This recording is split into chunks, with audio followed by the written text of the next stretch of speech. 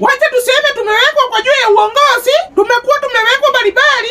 Sababu ule alikuwa mkubwa sana kwa uongozi ni Samuel Ngeri. Sababu ule alikuwa mkubwa sana kwa siasa juzi ni Samuel Ngeri. Tumekuwa na Samuel Ngeri, ule alienda juu sana kwa hii ni Matiang'i. Na Matiang'i ni daktari. Wacha nani aongee. Inchwe. Wacha niseme jina yangu ni Samuel Musoti. Niseme kwa siku ya leo ni siku ya furaha na wayoi. Sababu tuko karibu kukuwa president.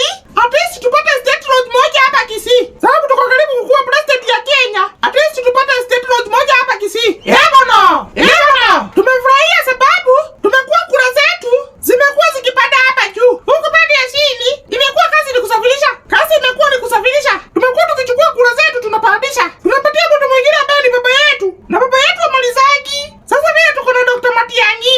Vile tuko na Daktari Matiang'i. Tunajua naenda mpaka pale mwisho. Na chukue. Sisi hatutaki kujua deputy ni nani. Bora tujue president ni nani. Na president ni Okengo. Bora Okengo. Tunangoja tu kidogo. Kwa hii daktari, tuongeze his excellency. Tukiongeza excellency, sisi kama watu ya hapa Gusii, tumetengwa sana kisiasa. Ni wakati wetu hata sisi bendera ifuate upepo. Tunataka Okengo. Na unajua Kisii, tunakuanga watu ambao tunajiamini. Unajua wakati kuna mtu alikuwa anaitwa Otenyo.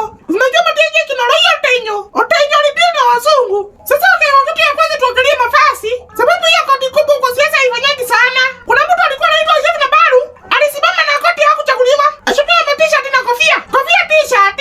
Na azoeshwe kushuka gari. Atafutiwe neno mzito. Sio kuitaka watu ladies and gentlemen. Kwa siasa hakunanga ladies and gentlemen.